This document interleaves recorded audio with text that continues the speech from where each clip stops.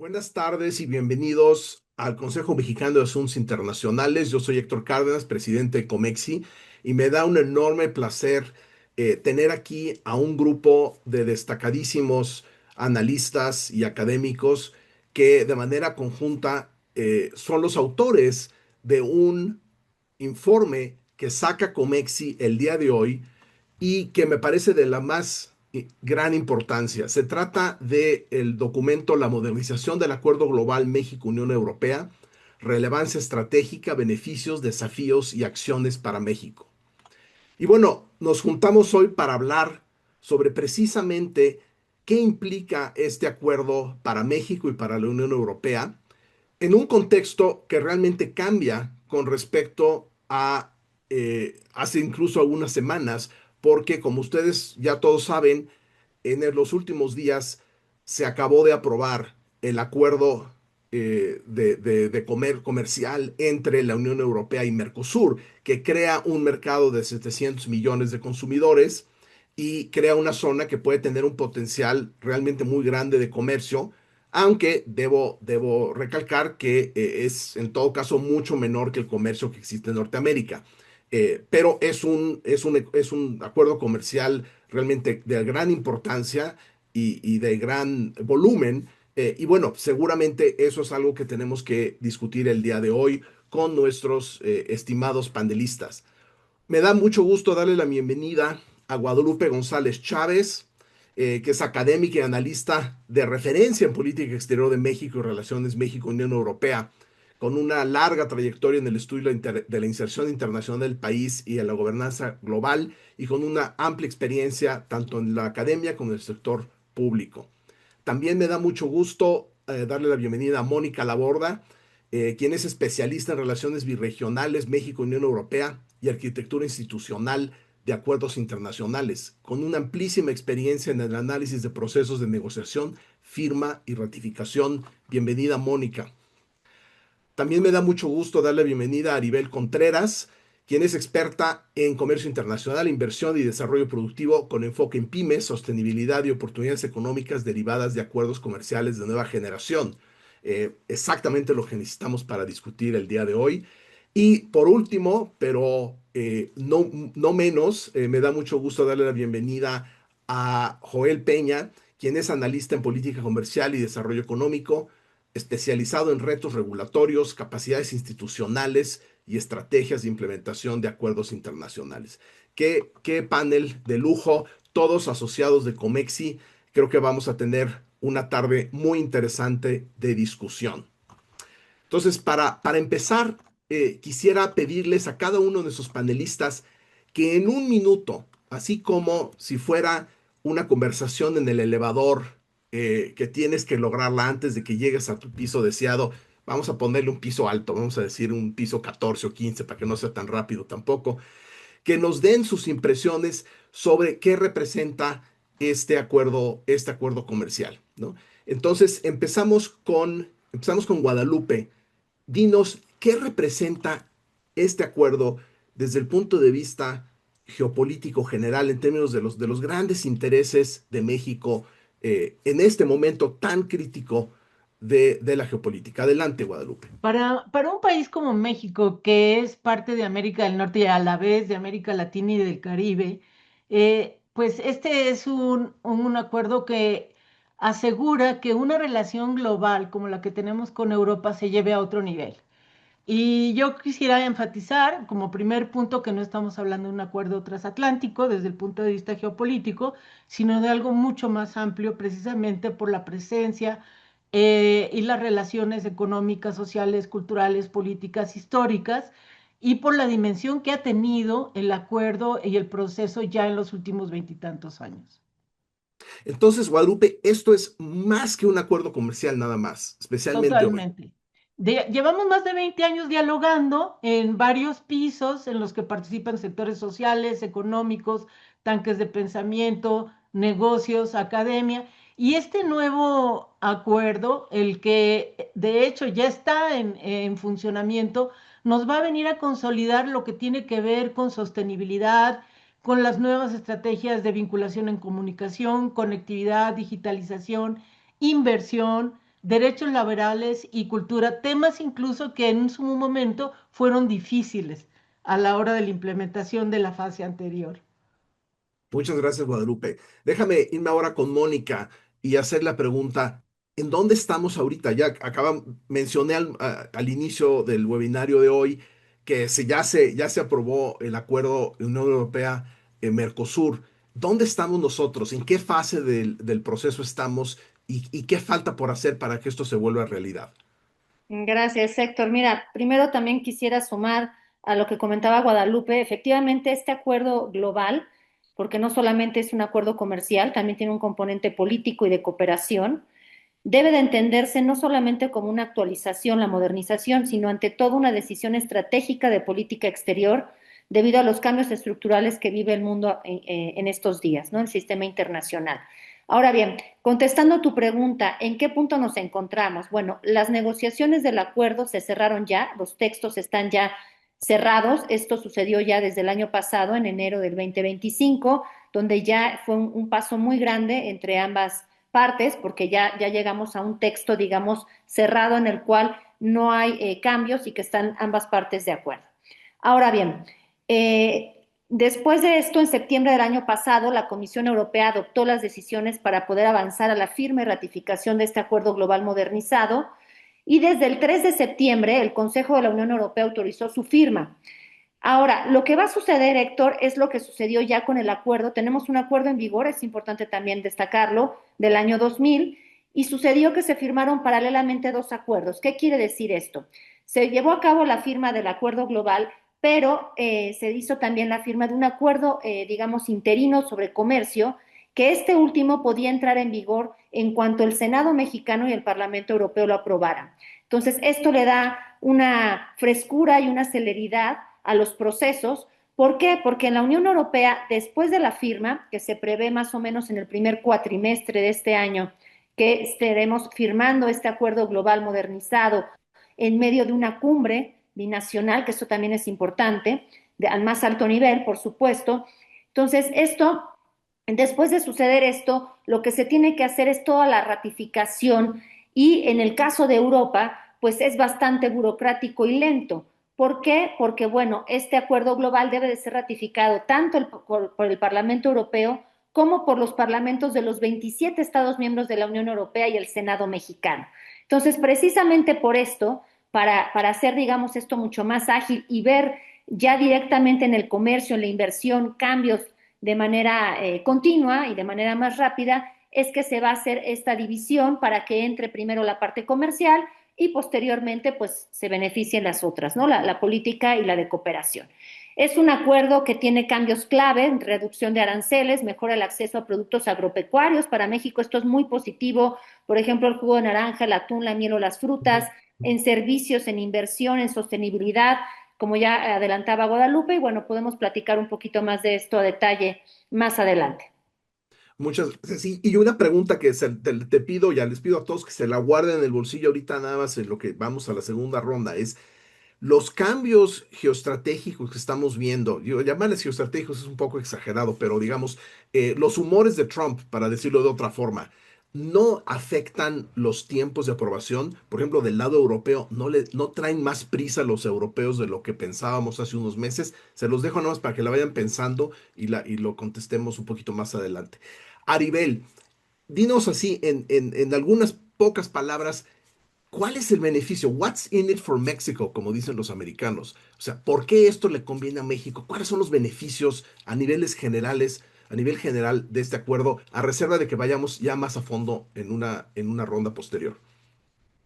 Bueno, Héctor, me parece que hablar de este acuerdo global modernizado entre México y la Unión Europea, pues sin duda el primer telón es los beneficios, ¿no? Donde actualmente ya contamos con un acuerdo comercial desde hace prácticamente más de 25 años, pero sin duda actualizar las disciplinas que responda al nuevo escenario del tablero comercial, pero ya digital, incluir la economía verde, considerar aspectos que solo corresponden a la coyuntura actual. Me parece que de entrada eso es benéfico. Por supuesto que también esto abona a la diversidad comercial que tanto México como la Unión Europea tienen que apostarle ante la coyuntura geopolítica y geoeconómica que vivimos. Y a manera muy así, a grosso modo, yo comparto esta imagen, porque visualmente para mí esta imagen explica mucho cómo estamos parados entre México y la Unión Europea. En el siglo XX era una relación muy simple, muy sencilla, eran pocos miembros y se explicaba muy fácilmente. A partir del año 2000, esta relación se hizo más profunda, más estrecha, gracias a este acuerdo global que abarca tres pilares fundamentales y que en el ámbito comercial, sin duda, pues ha beneficiado porque se ha triplicado el comercio exterior en doble vía. Pero hoy, en el año 2026, me parece que estamos viviendo un laberinto donde México tiene sus propias complejidades, la Unión Europea al interior está viviendo también una nueva era de neonacionalismos. Y si a eso le agregamos esta complejidad que se vive en el tablero de la geopolítica global, con impacto de guerras, de crisis en el tablero económico, pues hace una profunda necesidad de estrechar esta relación, hacerla mucho más amplificada, entendiendo que es mejor ir juntos que separados para enfrentar estos retos globales a los cuales tanto México como la Unión Europea se están enfrentando. Muchas gracias, Aribel. Joel, en bienes raíces, y ahora que está de moda, dicen que hay tres reglas: ubicación, ubicación, ubicación. Yo siempre he dicho que en política pública también hay tres: es implementación, implementación, implementación. ¿Cuáles son las barreras para la implementación así en unas cuantas palabras? ¿Qué tiene que suceder para que este acuerdo, una vez que se ratifique, se firme, etcétera, realmente tenga los efectos en México que nos han estado describiendo Guadalupe, Mónica y Aribel? Gracias, Héctor. Y atendiendo a tu petición de responder en un minuto, yo te diría que lo que tiene que garantizar el gobierno mexicano es seguridad física y seguridad jurídica. Además, obviamente, se tiene que arrancar con coordinación, capacidad de ejecución, desde luego con un calendario bien establecido, con metas y objetivos, no meras declaraciones, con una estrategia de facilitación comercial, cooperación técnica, y las empresas, por su parte, que también tienen una gran responsabilidad, pues deben de prepararse en temas de cumplimiento, reglas de origen, digitalización, gestionar riesgos laborales y ambientales, porque la Unión Europea es muy demandante en esos temas. Ya lo vimos lo que sucedió con el Mercosur, porque obviamente el acceso efectivo de las empresas al mercado europeo depende cada vez más de estándares verificables y no solamente de preferencias arancelarias, como es lo que sucede en estos momentos a nivel internacional. De hecho, nosotros como think tank, Héctor, yo creo que podemos ayudar con diagnósticos, evaluaciones de impacto, formación especializada y desde luego un seguimiento independiente de la implementación para apoyar tanto al gobierno como al sector empresarial y desde luego a las micro, pequeñas y medianas empresas que sabemos que son entre el 80, o sea, garantizan entre el 80 y el 90% del empleo formal en México. Muchas gracias, Joel. Pues realmente creo que estamos en un momento crítico y quisiera regresar a hacer nuestra segunda ronda de intervenciones y preguntarle a Guadalupe así. ¿Podríamos profundizar un poco en cómo cambia este acuerdo modernizado, la postura, el posicionamiento internacional de México justo en el momento en el que la Unión Europea está redefiniendo sus asociaciones globales, incluyendo a través de Mercosur, pero también con el famoso Global Gateway? O sea, ¿qué implica esto para México? ¿Cuáles son las implicaciones? Adelante, Guadalupe. No, yo creo que en primer lugar pone al día los contenidos de la relación, Ujú. porque estamos hablando de una vinculación México, Unión Europea actuando en un conjunto de política exterior, pero también abre el diálogo con cada uno de los países a través de ese canal, refuerza. Sobre los tiempos que preguntabas hace rato, yo creo que hay que entender que esto se venía trabajando desde hace ya muchos años. De hecho, pues el Brexit y una serie de otras circunstancias internacionales, incluso la guerra en Ucrania, habían de alguna manera incidido en la capacidad de los europeos para poder avanzar en este, pero creo que estamos en otro momento ahora. Ahora, que esta relación se viene marcando por la propia historia mexicana y ahora el hecho de que para México esté en la agenda Esto es una muy buena noticia. Recordemos que además no es algo aislado de otros procesos, ya se han recibido visitas de jefes de Estado recientes durante los últimos años, eso no ha parado, es más, tiende a aumentar el número de intercambios de visitas de Estado y la verdad es que para la firma se espera que este sea un momento muy importante. Quiero destacar otra cosa importante. Para México representa el diálogo también con otros elementos de la geopolítica global. Francia y Países Bajos tienen presencia en el Caribe y México tiene presencia en el Caribe. Francia tiene presencia en el Pacífico. Hay temas que tienen que ver con la visión estratégica de la seguridad, con una visión positiva de la seguridad y hay agenda que se puede mejorar también en el campo de Naciones Unidas y en los organismos internacionales. Déjame entonces hacerte una pregunta de seguimiento a esto que mencionas ahorita. O sea, si esa es la amplitud de este acuerdo y la posible proyección para México, se va más allá de lo comercial, etcétera, ¿cuál es la narrativa que México debe proyectar hacia Europa si quiere que nos ve, si queremos que nos vean en Europa no solo como un mercado, sino también como un aliado estratégico, un socio estratégico? ¿Qué debemos de proyectar? Yo creo que lo que podemos proyectar de manera segura es que nos podemos entender y que hemos sido capaces de resolver problemas muy complicados a lo largo de ya más de 2 décadas y que el terreno está puesto hoy para que dentro de los parámetros comunes, como son el derecho internacional, la comercio justo, una serie de nuevos parámetros que tienen que ver con el futuro, incluso cuidado de la biodiversidad, o sea, una serie de compromisos en los que tenemos una visión cómo podemos avanzar. Yo creo que el mensaje es, siempre hemos podido resolver nuestras diferencias y ahora hay más necesidad de que nos sentemos y sumemos a la comunidad internacional. Muchas gracias, Guadalupe. Mónica, tú ya nos mencionaste un poco, pero quisiera que profundizaras un poquito más. ¿Cuáles son las diferencias clave entre este acuerdo y el acuerdo con el que vivíamos desde hace más de 25 años con la Unión Europea?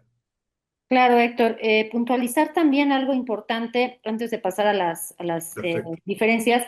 El comercio con la Unión Europea se calcula que representa actualmente alrededor del 7% del total de México.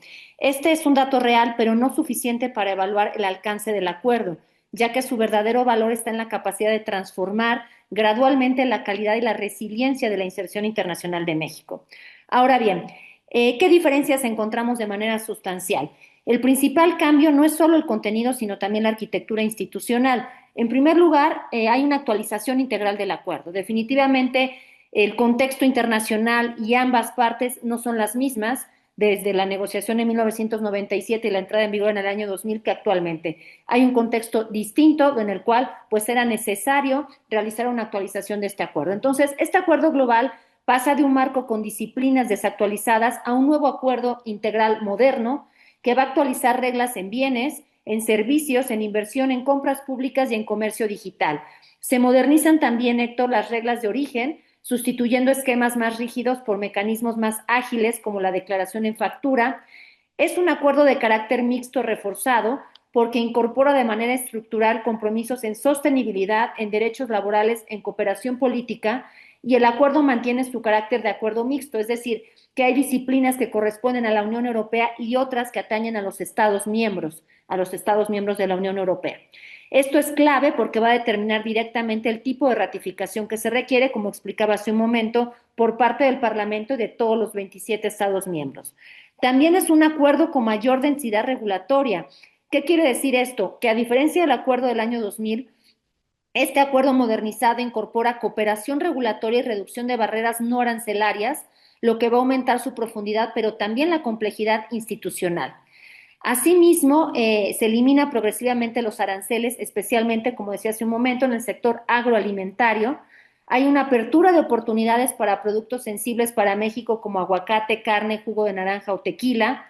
También hay un mayor acceso a mercados de servicios financieros, telecomunicaciones y transporte, destacaría yo.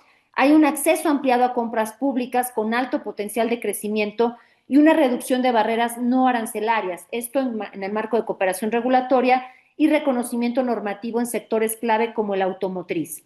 También, Héctor, hay una integración en cadenas globales de valor. ¿Qué quiere decir esto? Que se va a traer inversión europea hacia México con compromisos vinculantes en desarrollo sostenible, en derechos laborales y combate a la corrupción. Hay un marco moderno de protección de inversiones mucho más transparente y confiable, y algo bien importante, hay un apoyo específico a las pymes, las pequeñas y medianas empresas, que son la columna vertebral de nuestro país, y que esto facilita la participación en el comercio internacional.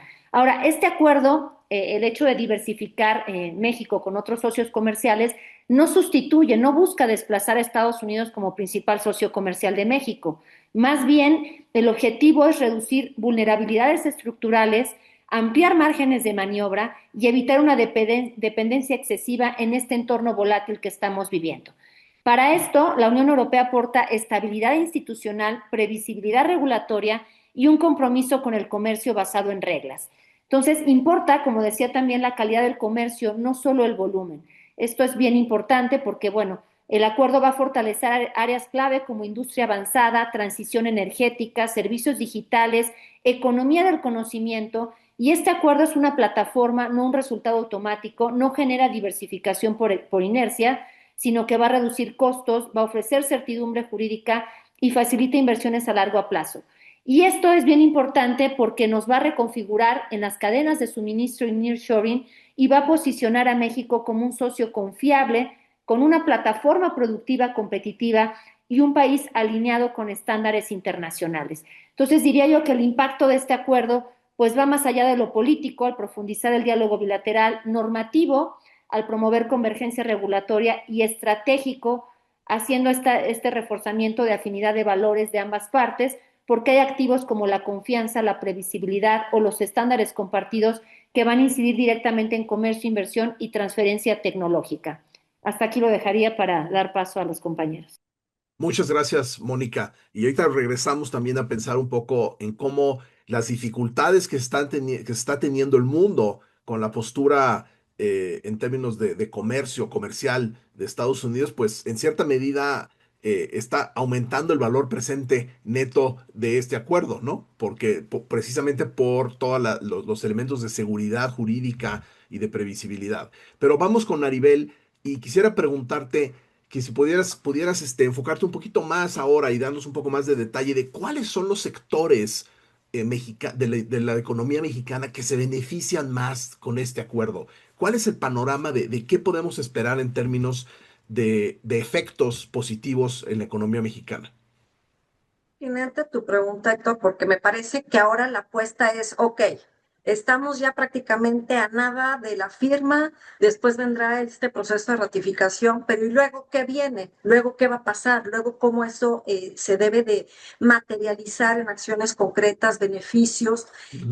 tanto para la Unión Europea como para México? Y yo creo que esta imagen que me permití descargar de la página de Secretaría de Economía explica mucho hacia dónde la inteligencia de mercados, tanto el gobierno mexicano como los gobiernos de los 27 países miembros de la Unión Europea, deben de enfocarse, que es, por un lado, entender la perspectiva macro de desarrollo que se espera en términos económicos. La Secretaría de Economía ha desarrollado un mapa con distinción de polos de desarrollo, es decir, ya actualmente están habilitados prácticamente 10 polos de desarrollo económico en ciertas ciudades. Hay todavía una lista de 15 nuevos polos que se espera detonar. Podemos observar en este mapa, algunos polos de desarrollo están al norte, otros al centro y otros al sureste. Y en una siguiente etapa vendrán unas 10 ciudades adicionales en 10 estados distintos. ¿En qué sectores estratégicos? Pues las prioridades del gobierno mexicano están centrados en la agroindustria, el tema de la tecnología aeroespacial, el sector automotriz, que pues tanto ha caracterizado a México durante décadas, bienes de consumo, el sector farmacéutico, energético, todo lo relacionado al sector de químico, textil, economía circular, energías limpias, todo tipo de industria de papel, plástico, entre otros. Y esto ¿dónde lo podemos descubrir o cómo lo podemos entender? Bueno, el Plan México, que se presentó hace casi ya un año, habla de desarrollar corredores económicos, entendiendo esta lógica desde México, entendiendo cómo es que se está haciendo una arquitectura comercial, podemos entonces ahora sí apostar, ahora sí voltear a ver hacia qué estados son los que me convienen. Y de hecho, el Instituto Mexicano de Competitividad sacó un índice que habla sobre cómo está cada uno de los estados en términos de competitividad. Y de aquí lo interesante son entonces, tengo que hacer una hoja de ruta comercial para identificar los polos de desarrollo, cruzarlo con esta manera tan visual que lo plantea el Plan México y de aquí entonces hablar de sectores enfocados a energías renovables, bienes raíces, temas de agroindustria, el desarrollo tecnológico de la fintech y un turismo mucho más especializado y más focalizado.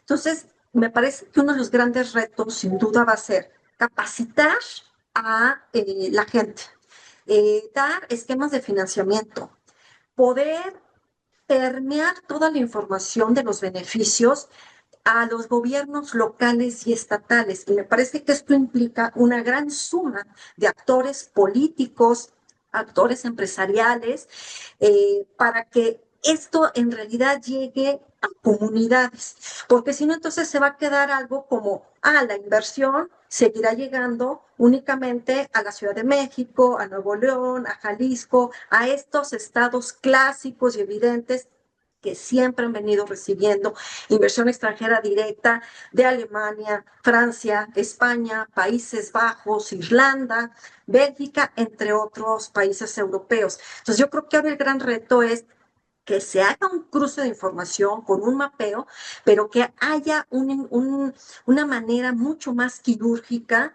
de identificar sectores, polos de desarrollo, competitividad, y que de esta manera, a través de una inteligencia comercial, se pueda esto traducir en acciones a corto, mediano y largo plazo. Y a la inversa, que México haga lo suyo a través de las embajadas en los países europeos para enviar personal con una gran capacidad de hacer diplomacia comercial, que tenga esta claridad de cómo pueden posicionarse más productos y mejores servicios mexicanos en países de mercados ya no tan tradicionales, porque exportar a España, pues como que cuál es el reto. Ahora el chiste es ver cómo puedo distribuir mejor mi capacidad exportadora, pero lograr penetrarlo en realidad en las 27 naciones para que sí haya un cambio de paradigma y esto se convierta en un reto de nuestra capacidad exportadora, pero mucho más ambiciosa, más amplificada y que pues aunque sabemos que es complejo por lo multidimensional y multifactorial que esto implica, me parece que esto sí es viable, pero pues no nada más dejándolo a nivel firma, la foto y que los gobiernos federales sean los únicos responsables de esto. Muchas gracias, Aribel.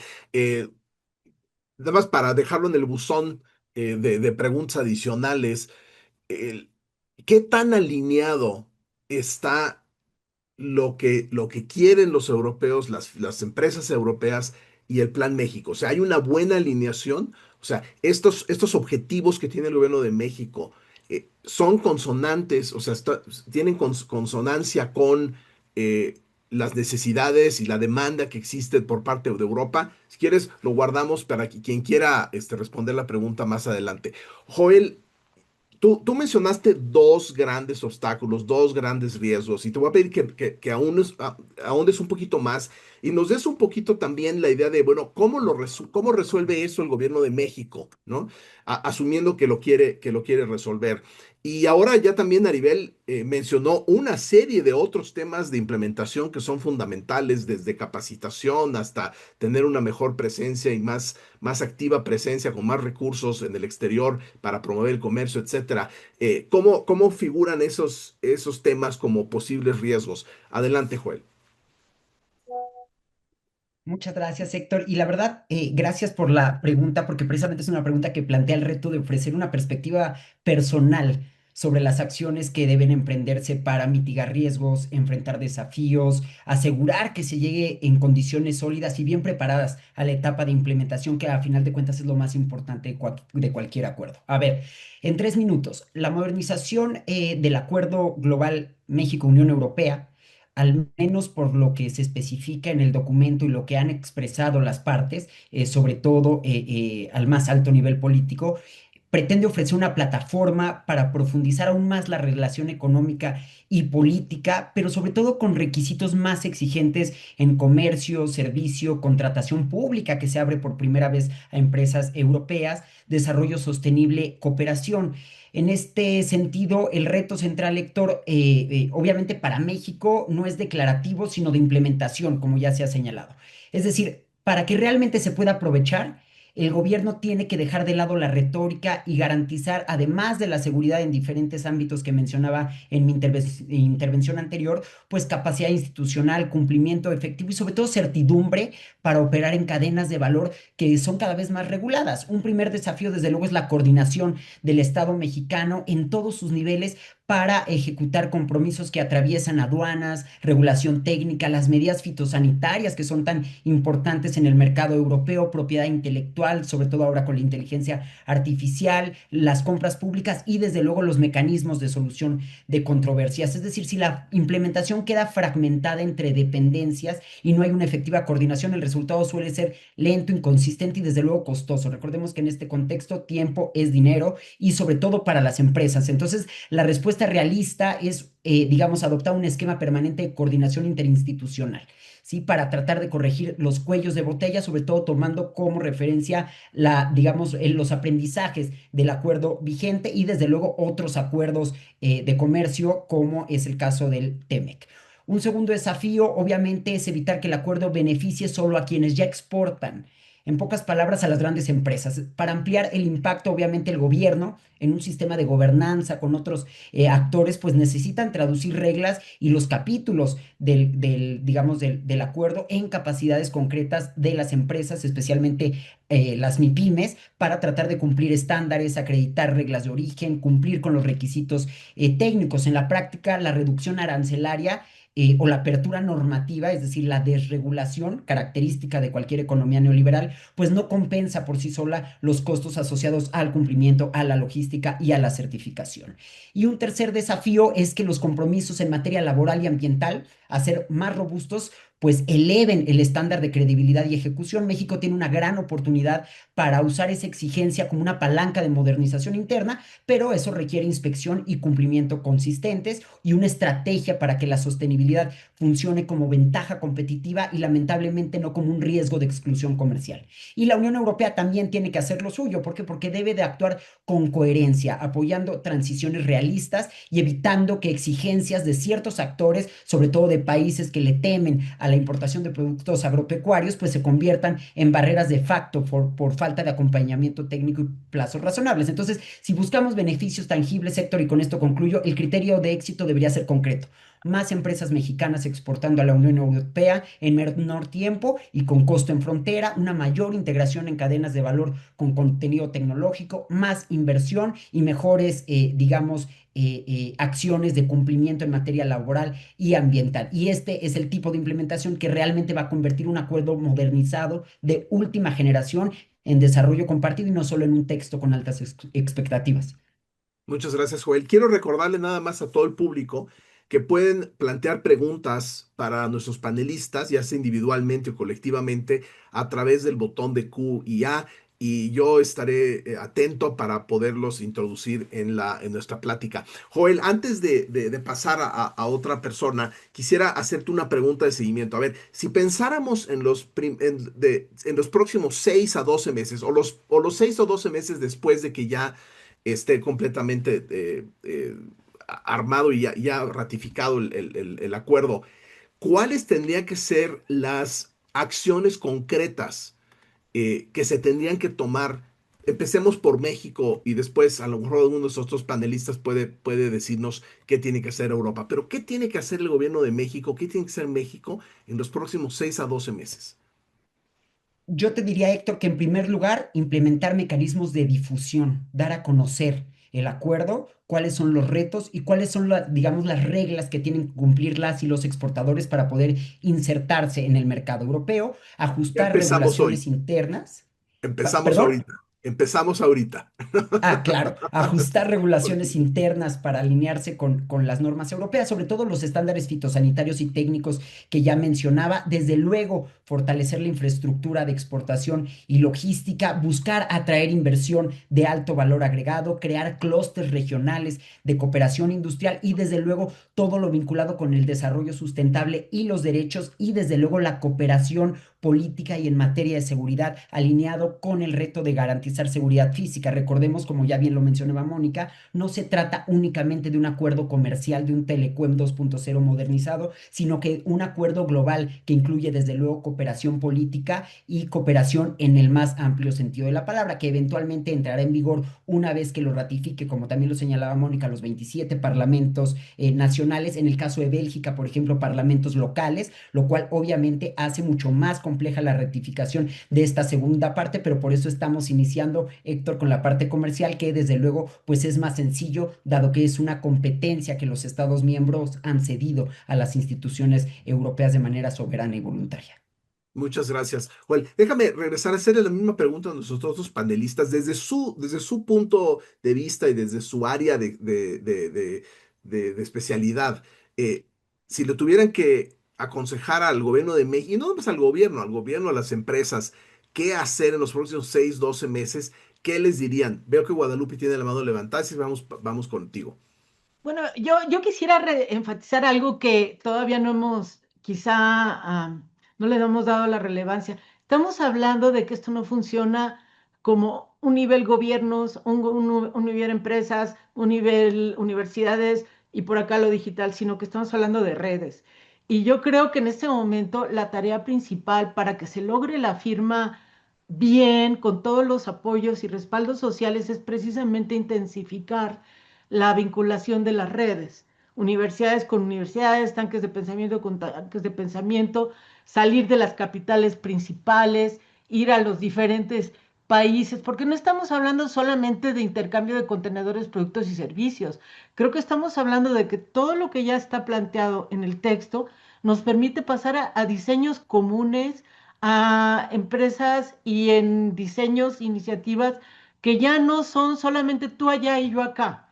Yo creo que las nuevas tecnologías nos permiten otras opciones. Y voy a poner, por ejemplo, y por cierto, quiero aprovechar para transmitir nuestras condolencias a la sociedad española por el accidente y las pérdidas de vida.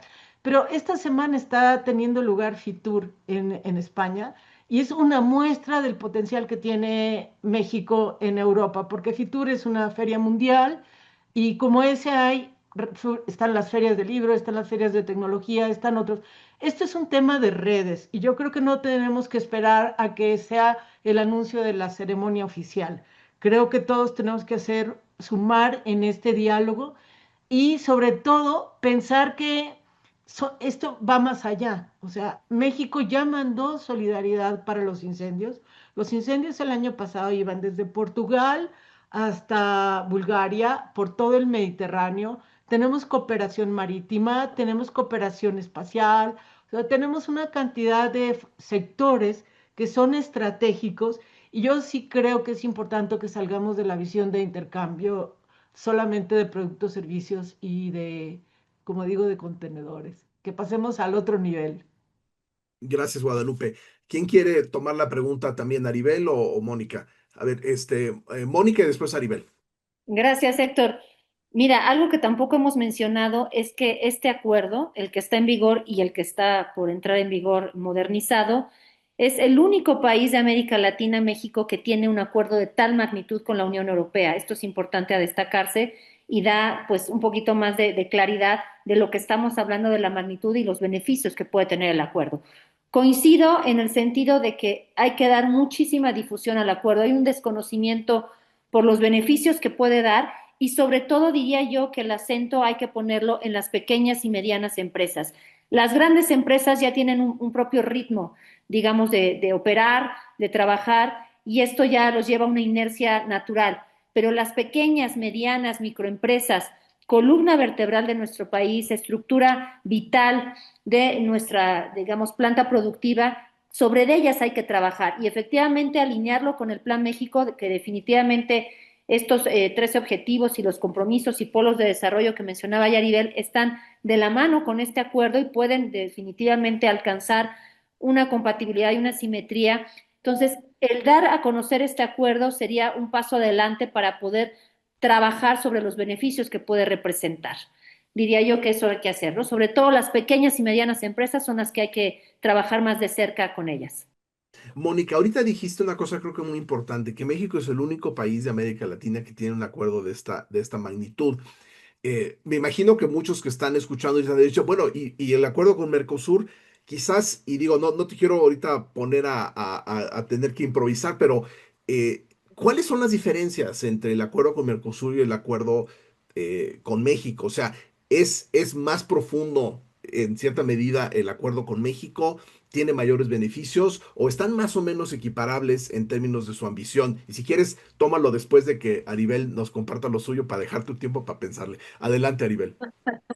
Pues mira, complementando lo que atinadamente han comentado mis colegas, me parece que es importante trabajar desde el punto de vista de México en dos vías, uno al interior y otro hacia afuera. Al interior, me parece que sin duda tendrán que sumarse estas asociaciones de gobiernos locales, alcaldes, las representaciones de los estados que tienen acá en la Ciudad de México, las áreas de coordinación internacional o de asuntos internacionales en los estados, pues también tienen que hacer lo propio, tanto para difundir como capacitar, pero sobre todo para poder hacer un mapeo y tener la claridad de proveedores, cuáles son los sectores estratégicos que ellos quisieran promover y poder hacer un match con posibles socios europeos. Tenemos afortunadamente brazos ejecutores muy fuertes que son las embajadas de estos países acreditados en México, además de la delegación en la Unión Europea, que pues siempre va a haber gente capacitada y dispuesta a trabajar. Ahora, hacia afuera, Héctor, y yo me voy a meter un tanto a la arena movediza de la diplomacia. México sí o sí tiene que voltear a ver a Europa para los nombramientos de los embajadores, pero que sean de carrera. Si seguimos apostándole a que se den las embajadas como un premio de consolación, porque alguien se va a retirar, porque alguien ya no quiere estar trabajando en el Senado, porque alguien trae un escándalo aquí en México y entonces se le premia mandándolo a Europa, a una embajada, pues me parece que eso demerita mucho la señal que se manda, que es una falta de respeto hacia el otro país, mandando gente que no cuenta con las credenciales, pero también nos está afectando porque es gente que no está preparada, que no tiene la capacidad de entender esta arquitectura diplomática, de ser interlocutores políticos, pero al mismo tiempo aprovechar las oportunidades de convocatorias para la cooperación y además el tema del intercambio comercial. Yo creo que eso es crucial, porque si no lo hacemos, pues nada más se va a quedar en buenas intenciones y en Ujú. quedarnos en una zona de confort. Algo que sin duda yo creo que no podemos perder de vista, Héctor, es que la coyuntura geopolítica y geoeconómica está cambiando constantemente. Entonces tenemos que estar haciendo prospectiva, tanto en Cancillería como en la Secretaría de Economía. Afortunadamente, tenemos un extraordinario embajador de México ante la Unión Europea con un extraordinario equipo de muy buen nivel. Y también, afortunadamente, acá en México tenemos a un extraordinario director general para Europa que cuenta con la trayectoria del servicio de carrera. Entonces, eso nos ayuda porque estamos cobijados y arropados con gente de extraordinario nivel. Sin embargo, me parece que al final del camino todavía nos falta músculo por la pues extinta situación que se dio de ProMéxico, Se ha dejado de enviar a personal de carrera a las embajadas que están en Europa y cada vez se mandan más amigos o compadres que abusan del artículo 7 y yo creo que eso no nos va a ayudar.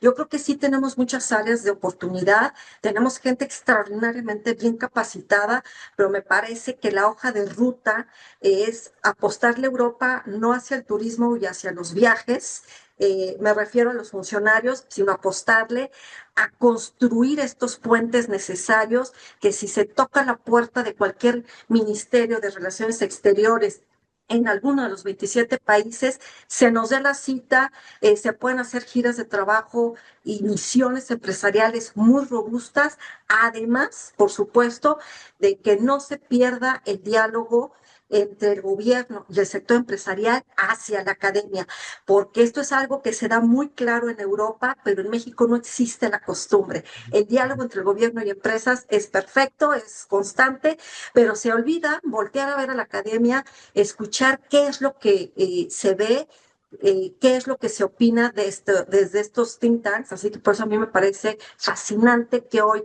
desde Comexi estemos abonando estas perspectivas porque suman a todo un gran trabajo que hay que hacer para el futuro.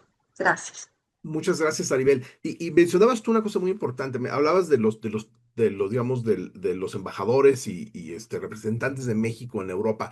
Pero por más extraordinarios que sean los titulares, no es suficiente. O sea, tienes que también tener una capacidad institucional, tienes que tener recursos, tienes que tener personal, ¿no? Creo que Relaciones Exteriores ha hecho un buen trabajo ahora, ya sacaron una nueva generación de ingreso al servicio exterior, alrededor de 100 personas, mayoritariamente mujeres, que bueno, pues habrá que irlos colocando en el lugar correcto, pero ciertamente se necesita construir capacidad institucional para poder aprovechar estos retos. Ya lo mencionaba Joel a nivel interno, pero también a nivel externo tenemos que hacer algo parecido. Y ahora quisiera irme con Joel y hacerte la pregunta, o sea, tú ya mencionaste un poco cuáles son los grandes retos, pero quisiera yo preguntarte, ¿y quién tiene que hacer qué?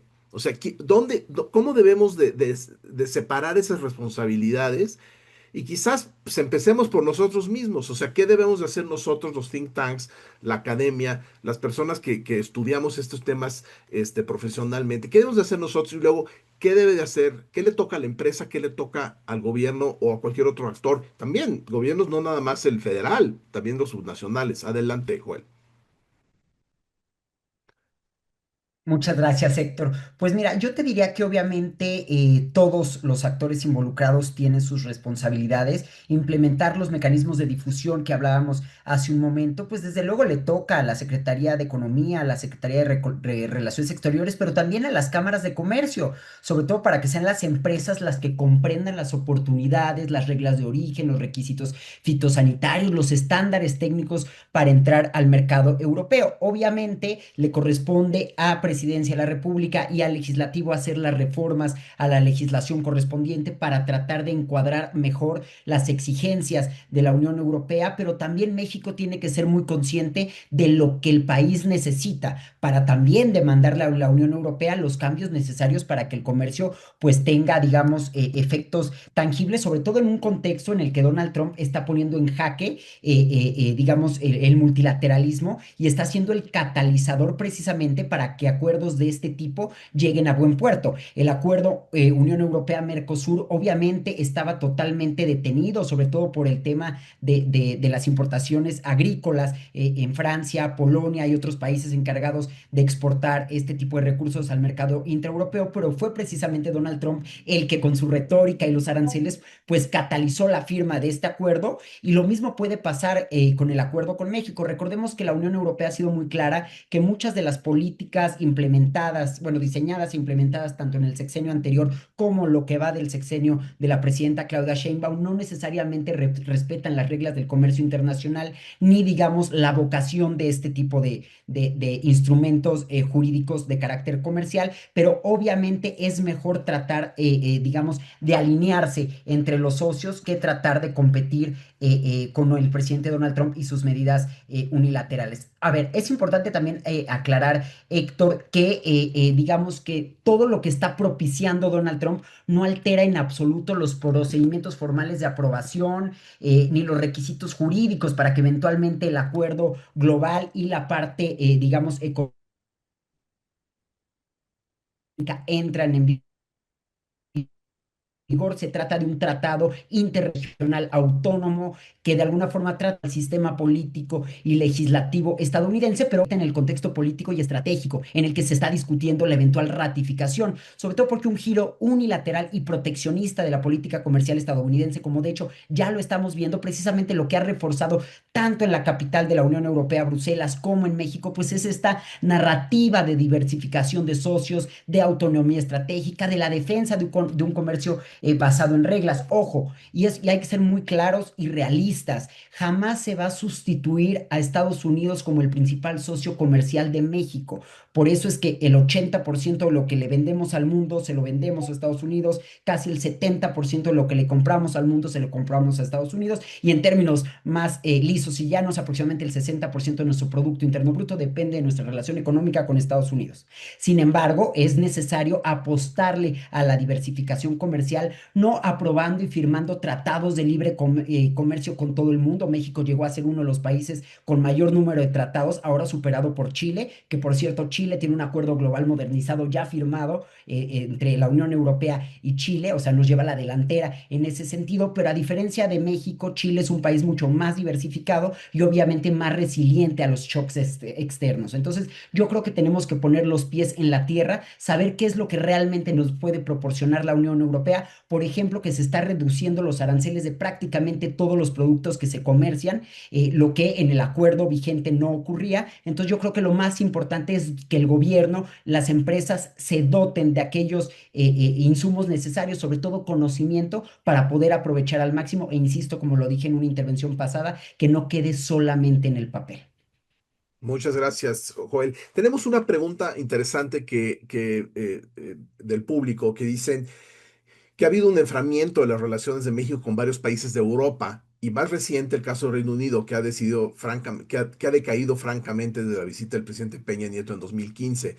¿Qué necesita el gobierno para reaccionar y no perder estas oportunidades con el nuevo acuerdo global y por separado con el Reino Unido? Y si quieren tomarlo para nuestros últimos comentarios, nos quedan ya muy poquitos minutos del webinario, pero le pediría a cada uno de ustedes que dieran sus palabras finales. Y quiero, antes de que lo hagan, quiero también reconocer que otro de los autores importantes de este documento y coordinador fue Alejandra López de Alba, que por gran modestia no quiso estar en el panel, pero hay que reconocer que sin ella, pues yo creo que nada de esto hubiera sucedido y sucedido a tiempo. Entonces, muchas gracias, Alejandra, por todo tu trabajo en este documento tan importante, así como a nuestros panelistas que están con nosotros, los cuatro autores adicionales del documento.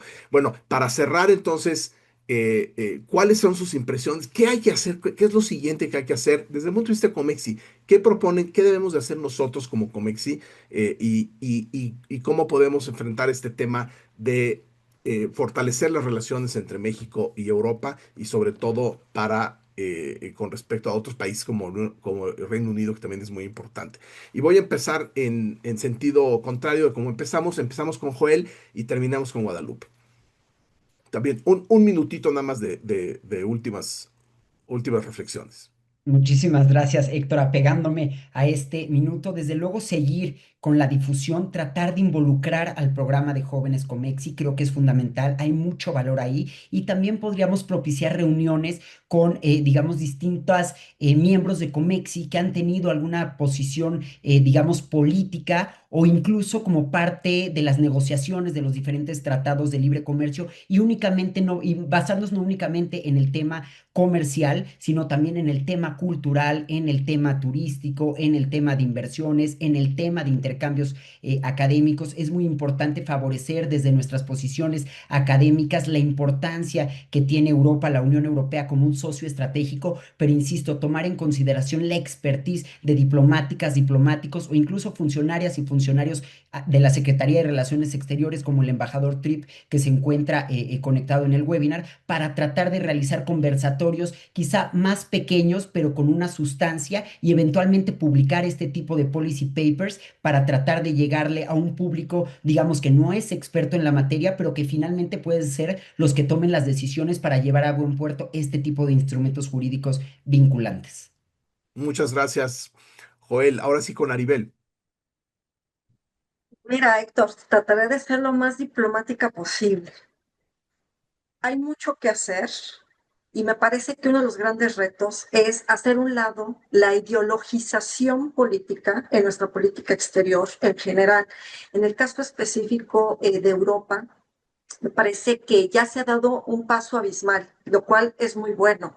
Ahora vienen próximos retos de los cuales yo ya he mencionado, de con qué actores hay que acercarse, cuáles son las estrategias que se tienen que hacer. Me parece que esto es un trabajo conjunto, inclusive para nosotros como sociedad civil. Sigamos haciendo este tipo de espacios de webinars, invitemos a funcionarios, invitemos a diplomáticos. Me parece que hay mucho valor que seguir compartiendo desde otras voces y otros espacios de gente extraordinaria, de gran nivel.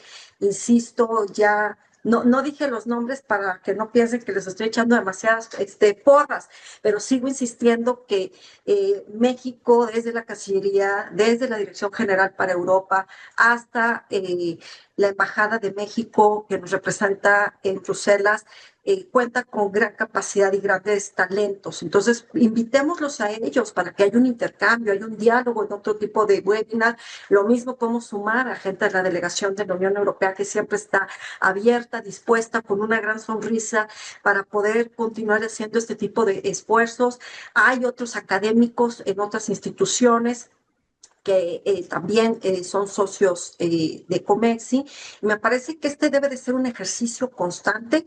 Empezamos hoy, 20 de enero, pero me parece que pudiéramos seguir replicándolo con otras voces, otras miradas, nuevas perspectivas, y que una vez que se firme y una vez que se ratifique, pues invito a mis colegas que hagamos la segunda parte de este análisis desde Comexi que hicimos, de esta mirada de la modernización de este acuerdo, como para hablar ahora justamente de una segunda etapa, de los retos a los que nos vamos a enfrentar, para que esto sea constante, no nada más quede en el hoy, y que de esa manera, pues digo, yo me comprometo con Comex y de seguir trabajando, porque me interesa mucho que a mi país le vaya bien, me interesa mucho que México tenga una extraordinaria imagen internacional, no solamente con los europeos, sino a nivel global.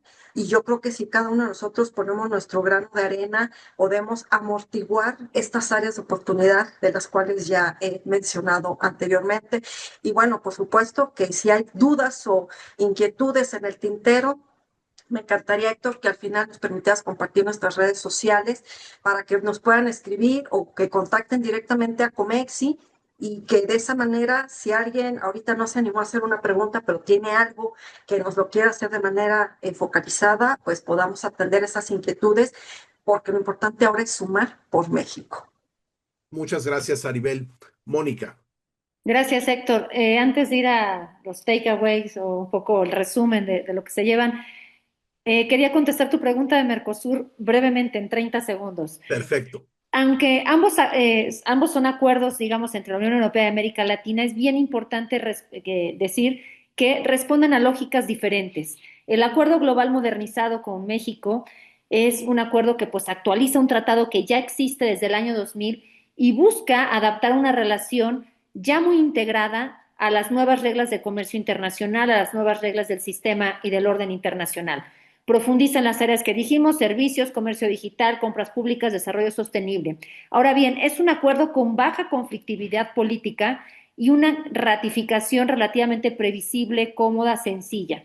Mientras, por otro lado, el acuerdo Unión Europea-Mercosur, en cambio, es un acuerdo nuevo que generaría el área de libre comercio más grande del mundo, con 700 millones de personas incluidas en esta área. Es mucho más ambicioso en acceso a mercados, implica concesiones sensibles en sectores, como ya decía Joel, como la agricultura para la Unión Europea, y seguimos viendo pues protestas en capitales europeas al respecto de agricultores, con una mayor apertura industrial para Mercosur, que es estratégico, pero es altamente politizado. Entonces es un acuerdo que pues presenta preocupaciones ambientales también en el impacto del sector agrícola Y en síntesis, podríamos decir que México-Unión Europea es continuidad y modernidad, mientras que Unión Europea-Mercosur ofrece un impacto económico y geopolítico, pero con mucha más incertidumbre política. Ahora bien, ya habiendo dicho esto de manera, digamos, muy sintética, diría yo que en un mundo cada vez más incierto, el acuerdo global modernizado busca resultados inmediatos, no busca esto, sino más bien transformaciones estructurales. Y México es un socio confiable para la Unión Europea, que este acuerdo global modernizado fortalece la autonomía de México y bueno, pues este acuerdo además amplía los márgenes de acción, construye una diversificación profunda, gradual y sostenible, es una arquitectura estratégica en plenos desafíos que estamos viviendo con esta volatilidad y con estos cambios desde Estados Unidos en el sistema internacional y como socio comercial de México, pues es un ancla, Europa segura, a la cual México podría mirar y podría aprovechar este potencial y sobre todo el interés que tiene Europa en esta región, en nuestro país. Este acuerdo modernizado cambia la arquitectura, actualiza reglas, refuerza este carácter mixto que ya mencionaba yo y bueno, pues la importancia de esta asociación estratégica, de seguir impulsando el multilateralismo y los valores que compartimos y de insertar en esta lógica de mercado global a nuestras pequeñas y medianas empresas. Creo yo que esto es prioritario para el desarrollo de nuestro país y por eso me parece que es un acuerdo muy importante y que debemos de trabajar directamente en esta difusión. También me parece excelente el seguir trabajando, no solamente ahorita en la etapa, digamos, de promover el acuerdo antes de su firma, sino sobre todo ya en la implementación y en los beneficios tangibles que va a determinar, digamos, para México y para toda la sociedad. Gracias. Muchas gracias, Mónica. Guadalupe, te toca la última palabra. Ok, gracias. Bueno, primero también gracias a ti y a Alejandra, a todo el equipo Comexi y a todos los que nos apoyaron para que esta publicación ya pudiera salir y que saliera en este momento tan oportuno en las circunstancias internacionales en las que estamos. Yo creo que tenemos que celebrar las presencias conjuntas con la Unión Europea en todos los lugares donde están siendo posibles. Estamos hablando del grupo de países de 20 economías más desarrolladas. Estamos hablando de coincidencias en el G7, estamos hablando de presencias en los foros de reflexión, en Davos, en Antalya, en Doha, en Sudáfrica, en las próximas cumbres donde estamos coincidiendo. Y creo que como actores sociales, que son los tanques de pensamiento y centros de reflexión como el nuestro, creo que nuestra labor es contribuir al fortalecimiento de diálogo social. Tenemos que ir a hablar con nuestras contrapartes. O sea, todavía falta la firma y va a venir un proceso en el que no solo sea llegar a los votos, sino al convencimiento. Entonces, y ahí hay que hacer argumentación y creo que estamos en un momento en el que tú mencionabas hace rato, preguntabas sobre las narrativas, tenemos que generar un nuevo diálogo con una narrativa diferente que responda a las necesidades mexicanas y europeas de vinculación en este nuevo contexto global. Muchísimas gracias, Guadalupe.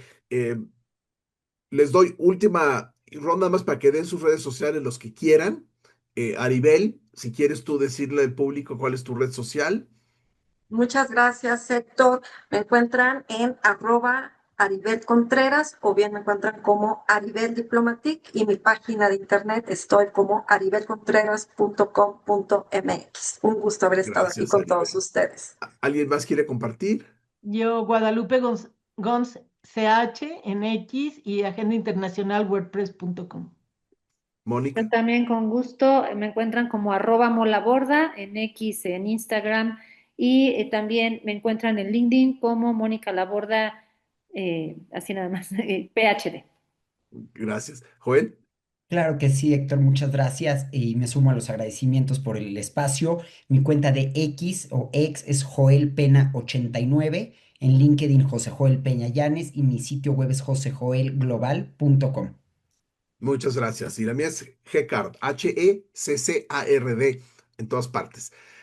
Les agradezco muchísimo a todos los que participaron o como audiencia el día de hoy y por supuesto a nuestros panelistas. Guadalupe, muchas gracias por participar. Gracias. Aribel, Mónica y Joel y por supuesto a Alejandra López de Alba y a todo el equipo de Comexi que hace posible estos webinarios.